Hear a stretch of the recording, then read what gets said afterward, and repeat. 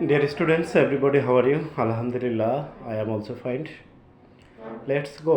চলো আমরা আজকে যে বিষয়টি নিয়ে আলোচনা করব, ইংরেজিতে বাক্য গঠন করার নিয়মে যে বাকি অংশ, ভার্বের ক্লাসিফিকেশন সম্পর্কে আলোচনা করেছি। এখন আমরা স্টেপ টু স্টেপ একটির পর একটি করে আলোচনা করব সংজ্ঞা অনুসারে। তো আমরা ফার্স্ট স্টেপ হচ্ছে যে ভার্বের ক্লাসিফিকেশনে ছিল একটা ফাইনাইট ভার্ব আর একটি ছিল নন ফাইনাইট ভার্ব, অর্থাৎ how many kind of verb, সেখানে আমরা অলরেডি শিখেছি। এখন আমরা আজকে জানবো যে ফার্স্ট মেম্বার অফ ভার্ব, এটা একটা ফাইনাইট আর একটা হলো নন ফাইনাইট।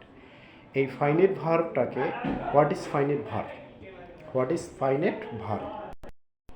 একটি সেন্টেন্সের ভার্ব দেখে যখন টেন্স চেনা যায় তাকে ফাইনাইট ভার্ব বলে। আবারও একটু বলি যে একটি সেন্টেন্সের ভার্ব দেখে যখন টেন্স চেনা যায় এটাকে বলবো আমরা ফাইনাইট ভার্ব।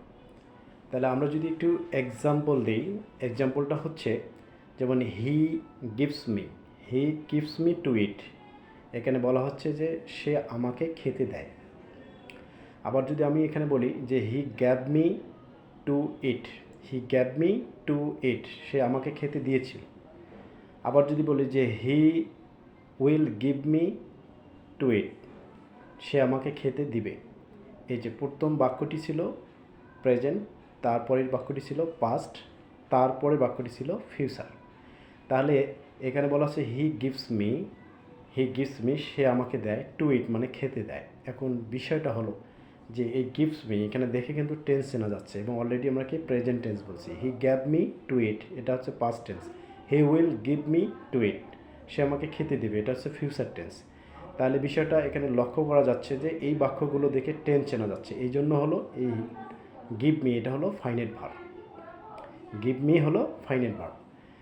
এখন যদি আমরা বলি নন ফাইনাইট ভার্বের সংজ্ঞাটা কী? নন ফাইনাইটটা হলো যে বাক্যের ভার্ব দেখে টেন্স চেনা যায় না। আবারও বলি, যে সেন্টেন্সের ভার্ব দেখে টেন্স চেনা যায় না তাকে নন ফাইনাইট ভার্ব বলে। উদাহরণটা যদি আমি আবারও দিই এক্সাম্পল, তাহলে হচ্ছে হি গিভস মি টু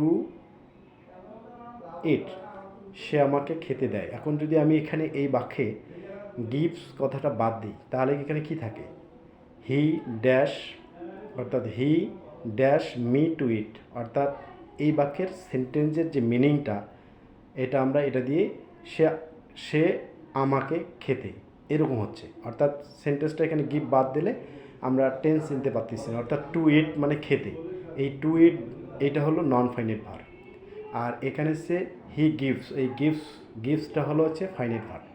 তাহলে মনে রাখতে হবে যে বাক্য দেখে টেন্স চেনা যায়, যে বাক্যের ক্রিয়া দেখে টেন্স চেনা যায় সেটা হলো ফাইনাইট, আর যে বাক্যের ক্রিয়া দেখে টেন্স চেনা যায় না সেটা হলো non finite. Thanks to all, dear to my dear student. আল্লাহ হাফিজ।